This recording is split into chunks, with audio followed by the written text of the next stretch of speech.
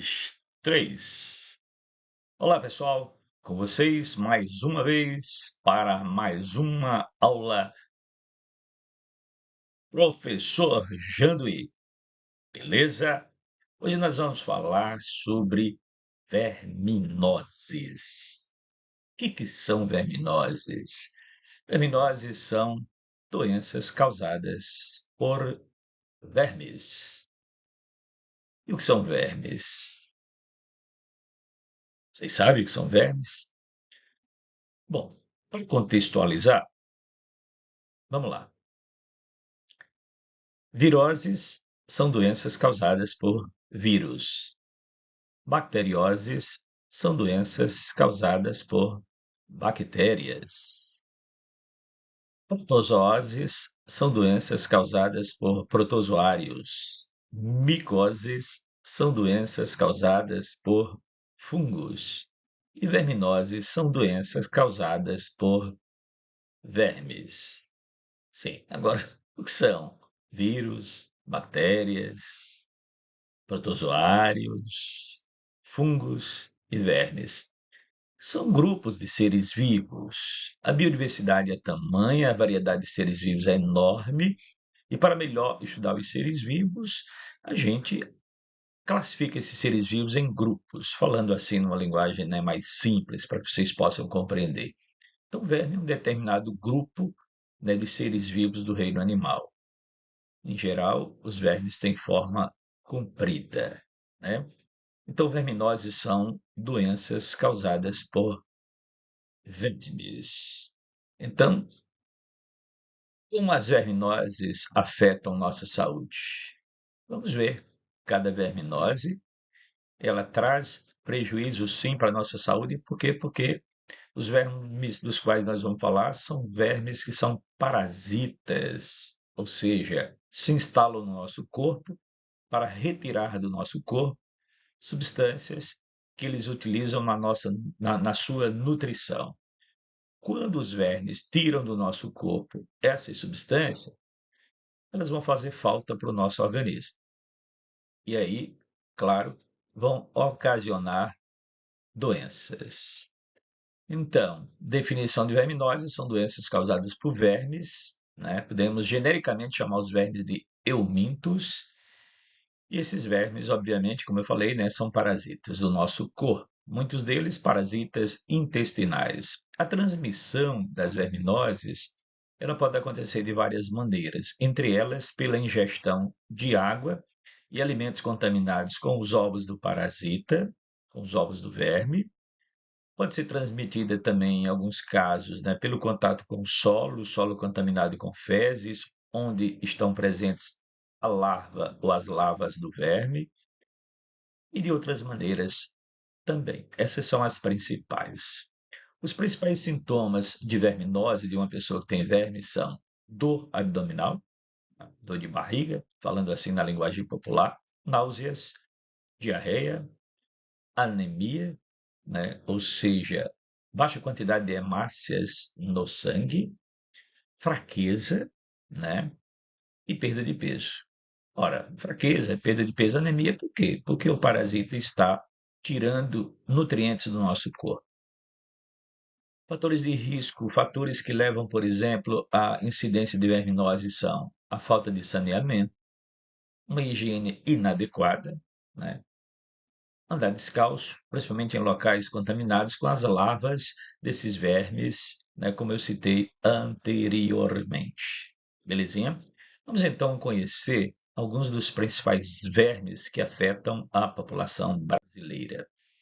Bom, aqui nessa tabelinha que eu vou querer que vocês depois deem uma pausa no vídeo, né, e estude essa tabelinha de uma forma minuciosa, né? Então, aqui que nós temos nessa tabelinha algumas verminoses, no caso aqui, uma, duas, três, quatro, cinco verminoses. O agente etiológico, ou seja, o verme que causa a verminose, a doença. Agente etiológico quer dizer o causador da doença. E aqui a forma de transmissão.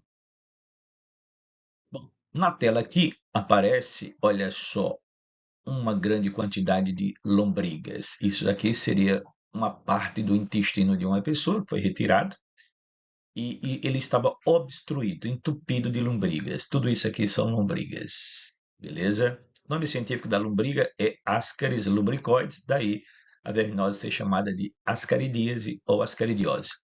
Como a pessoa adquire a lombriga? Ingerindo os ovos da lombriga junto com água e alimentos contaminados. Portanto, maneira profilática, maneira preventiva de não pegar essa doença, só consumir água tratada, frutas e verduras bem lavadas, né? Além da adoção das medidas básicas de higiene. Ok? Aqui agora aparece, certo? O Enterobius vermicularis, que é um verme bem pequenininho. Note que eu até coloquei a régua, ó. Mais ou menos do tamanho de 1 centímetro, um pouquinho maior às vezes, né? Então aqui tem alguns. Então eles são bem pequenininhos. Eu costumo dizer que eles são como lombrigas em miniaturas. Enquanto a lombriga pode chegar a 30, 40 centímetros, esses vermes são bem pequenininhos. Porém, o indivíduo pode ter muitos. Vai causar doença chamada enterobiose ou oxiuríase, além daqueles sintomas típicos da verminose, ele vai causar um sintoma bem particular, que é o prurido anal. Prurido quer dizer coceira, anal é relativo a ânus. Por quê? Porque esse vermezinho, na fase reprodutiva, costuma ir lá para a região do ânus e, se mexendo, vai provocar um intenso prurido, uma intensa coceira. Como se adquire esse verme? Da mesma forma que adquire lombriga, ingerindo os ovos do verme, junto com água e alimentos contaminados. Portanto, as medidas profiláticas são as mesmas. Beleza? Ou seja, né, só consumir água tratada, só consumir frutas e verduras bem lavadas, adotar as medidas básicas de higiene. Em seguida, temos aqui o ancilóstoma, né, que causa a doença chamada ancilostomose. Então, na verdade, dois vermes causam o mesmo tipo de doença. O ancilóstoma duodenale e o Necator americano. São vermes de espécies diferentes, mas que causam, né, o mesmo tipo de doença. Aqui a gente tem a, a carinha, né, do verme, né, aqui o desenho do macho e aqui da fêmea.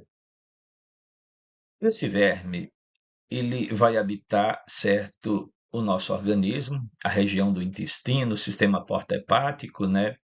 Mas a gente adquire esse verme andando descalço. A larva desse verme, ou seja, o verme bem jovenzinho, recém-saído do ovo, junto com as fezes, fica ali na terra úmida, a pessoa andando descalço, a larvazinha penetra pela pele e através da corrente sanguínea, certo? Ele chega na região do intestino, do fígado, do baço, do pâncreas e ali vai se instalar, causando a doença chamada de ancilostomose. Beleza, beleza, beleza, beleza. Eu até aqui comentei uma pequena falha quando eu disse que eles habitam o sistema porta-hepático. Na verdade, eles são parasitas do nosso intestino. Quem vai habitar o sistema porta-hepático, na verdade, é o verme seguinte, beleza?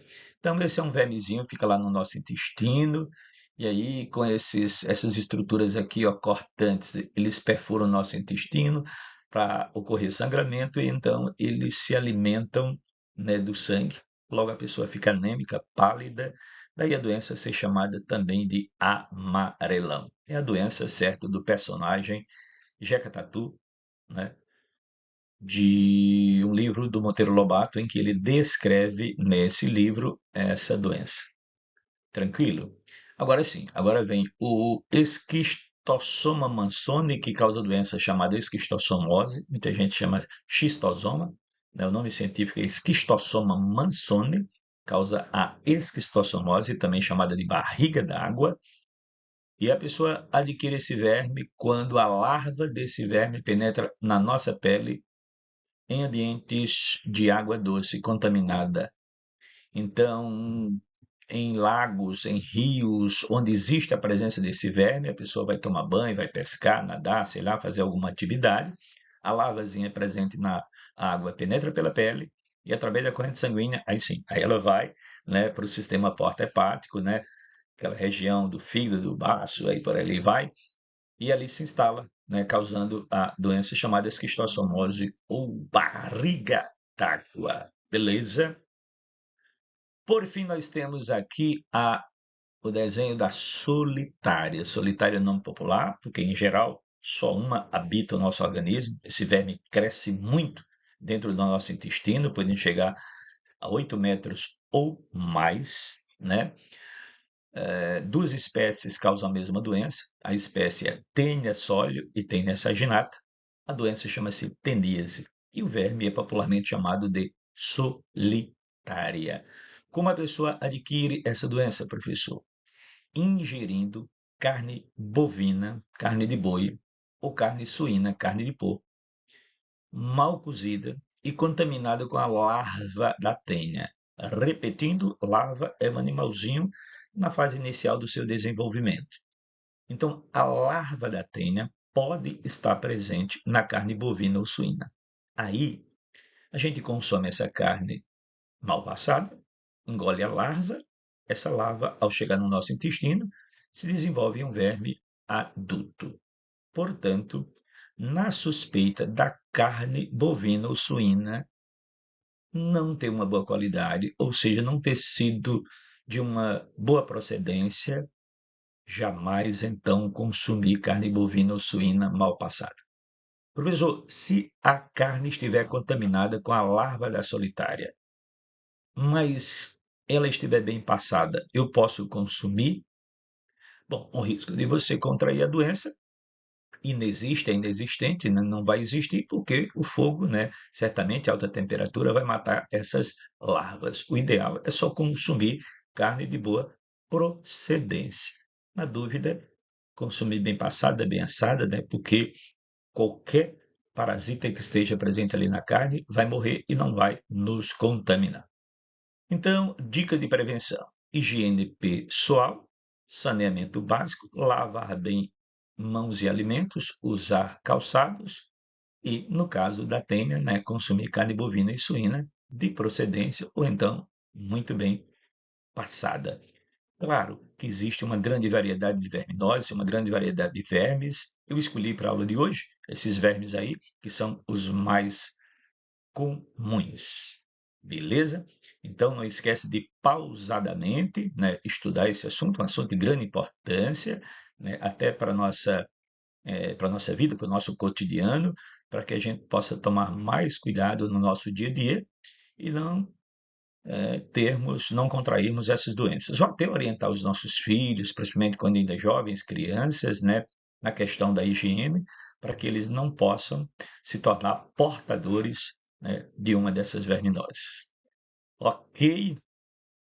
Bom, pessoal, como atenção, o que é bom dura pouco, a gente fica por aqui, por uma questão de necessidade, claro, porque eu poderia até ficar mais tempo com vocês, numa aula que fosse no formato presencial.